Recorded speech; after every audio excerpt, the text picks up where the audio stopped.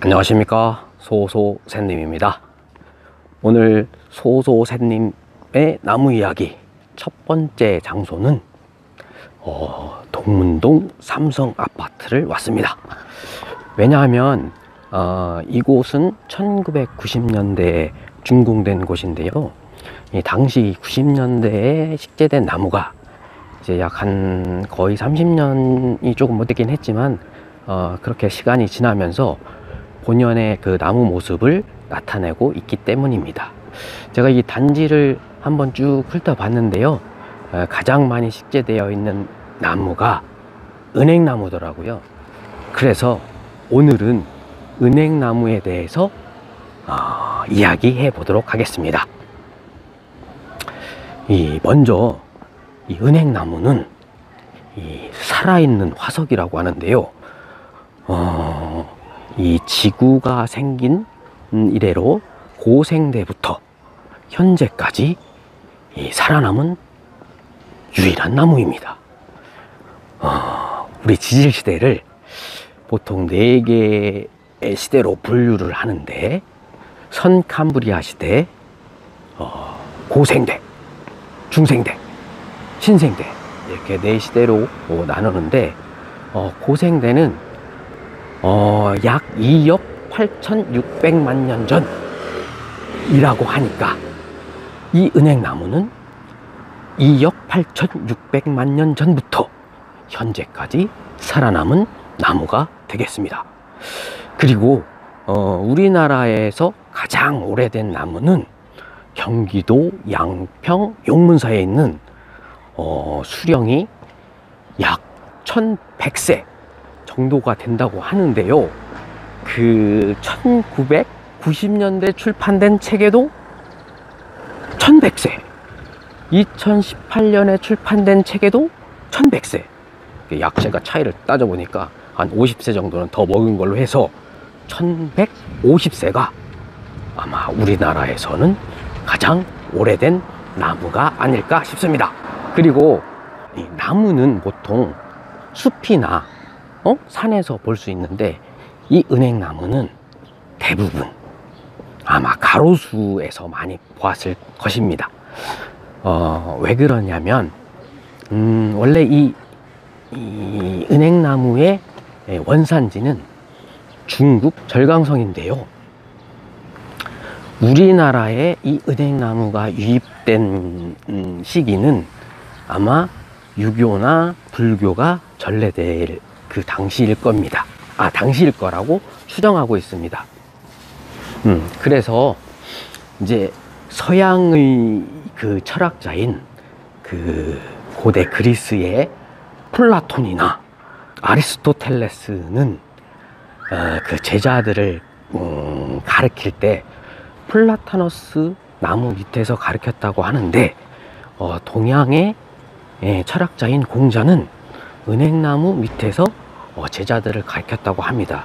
그래서 우리나라의 대부분 과거 은행나무가 식재된 곳을 보면은 공자와 관련된 문묘가 있는 곳이나 향교나 서원, 그러니까 과거의 학교겠죠. 그리고 사찰내, 그리고 마지막으로 관원 등, 그러니까 공공기관이죠. 과거의 공공기관 등에 많이 식재되어 있습니다. 그런데 이 은행나무가 공해에 강하고 병충해도 많지 않기 때문에 현재는 가로수로 많이 식재되어 있는 상태입니다. 그럼 은행나무의 가장 큰 특징인 잎부터 한번 살펴보도록 하겠습니다. 은행잎은 일단 부채 모양이죠.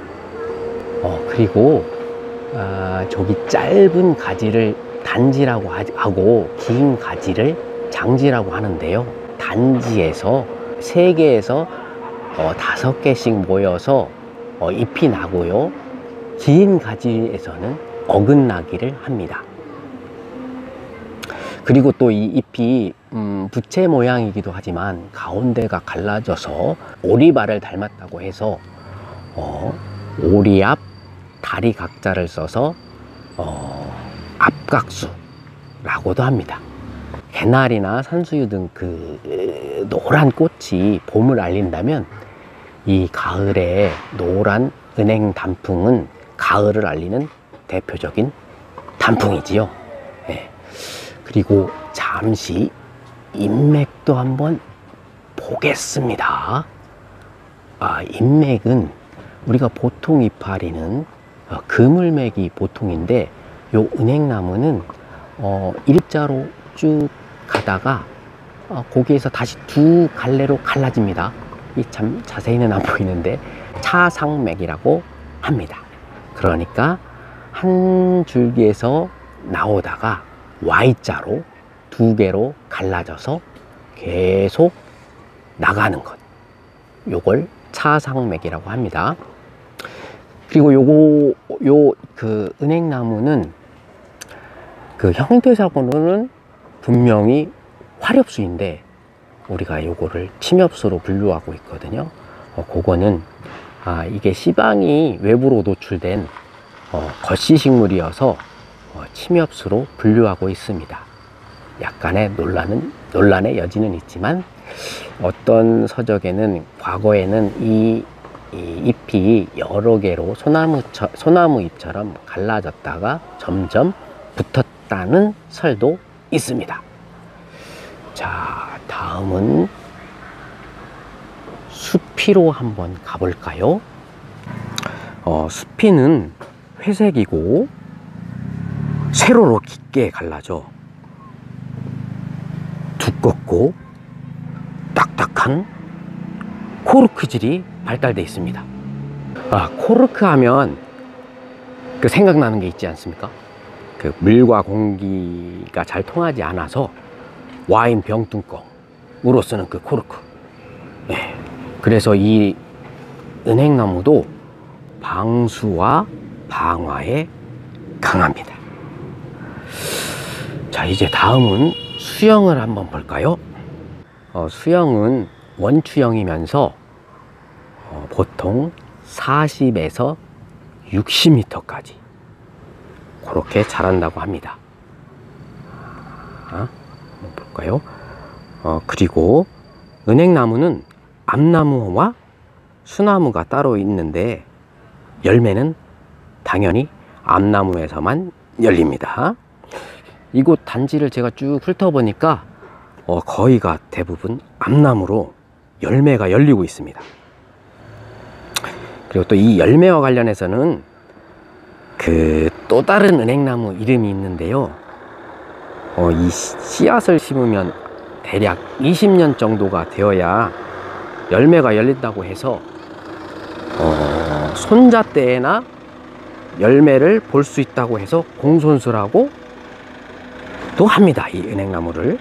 그래서 과거에 우리 선조들은 이 열매를 이용해서 프로포즈를 했다고 하는데 그 열매 중에 모양이 두 모이면 암은행, 세 모이면 수은행이라고 했는데요.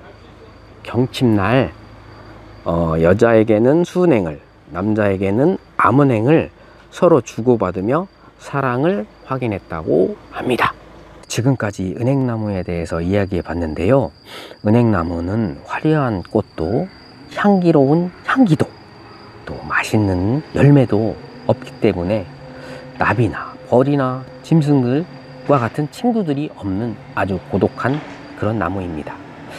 그래서 전 세계적으로 일속일종인 유일한 나무가 되겠습니다.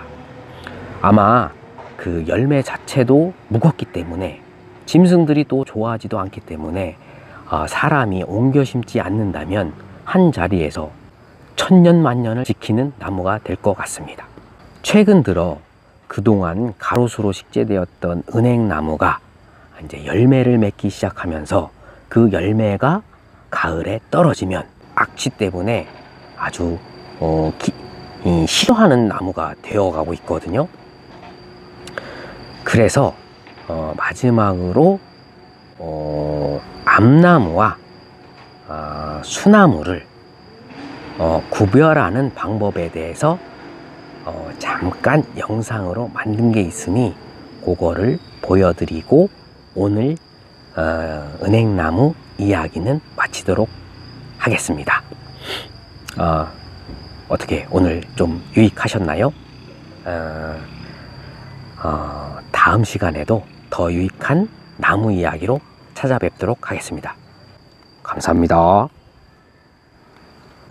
저희 시골집에 은행나무가 두 그루 있습니다. 지금 보이시는 은행나무는 암구루입니다. 수영이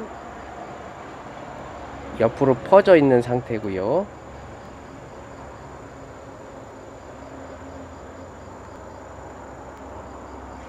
바로 옆에 수쿠루가 있어요. 수영 자체는 하늘로 향하고 있죠. 자, 다음은 단지입니다. 단지. 그 암구루의 경우에는 단지가 좀 발달돼 있잖아요. 그 단지 끝에 은행이 열립니다. 그래서 암구루를 구분하는데 좀 도움이 됩니다. 은행나무의 그 단지를 더 자세히 알려드리기 위해서 저희 집 은행나무니까 하나 가지를 꺾어 봤는데요. 요렇게 보시면 요 줄기부터 잎이 나오는 데까지 요 부분을 단지라고 하거든요. 상당히 길죠. 우리 어른손 손가락 한 2마디 반 정도, 그 정도 길이고요. 그 끝에 은행하고 은행잎하고 열려 있는 걸 볼 수 있습니다. 이번에는 수구루인데요. 수구루 같은 경우는 단지는 보이지 않죠. 막바로 줄기에서 큰 가지일 경우에도 잘 안 보이네요. 이쪽까지를 한번 가볼까요? 여기 같은 경우는 단지가 발달되어 있지 않아요. 수쿠루에는 단지가 발달되어 있지 않습니다. 그렇죠? 네.